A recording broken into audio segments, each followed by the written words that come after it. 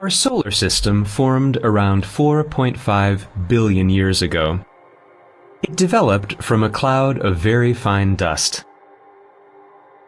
The dust particles in this cloud stuck together to form clumps, like the dust bunnies under our bed.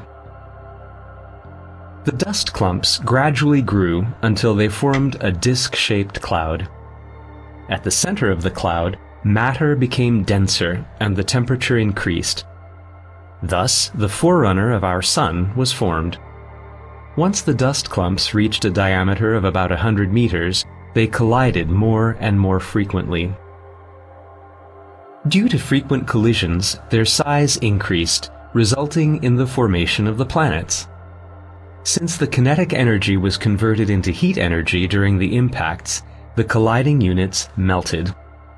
As a result, heavy metals accumulated in the core of the planets, while low-density silicates became part of the mantle.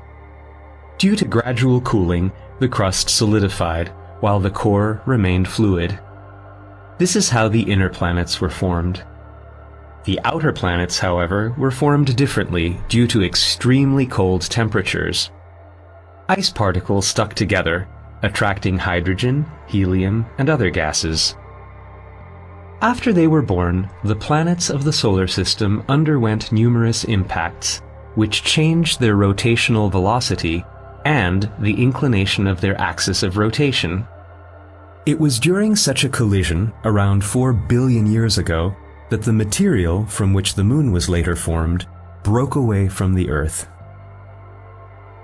About 5 billion years from now, the Sun will enter the next phase of stellar evolution.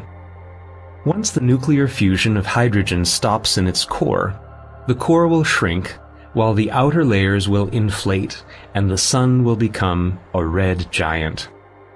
About 7.9 billion years from now, the Sun will reach its maximum size during its red giant phase. It will be 256 times its current size.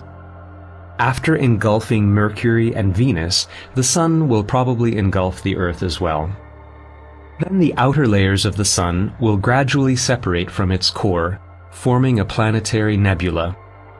The core itself will shrink even more, and it will become a white dwarf. In this phase, the Sun radiates its remaining heat into space. In the last phase of its life, once its remaining heat is depleted, the Sun will become a dark and cold black dwarf.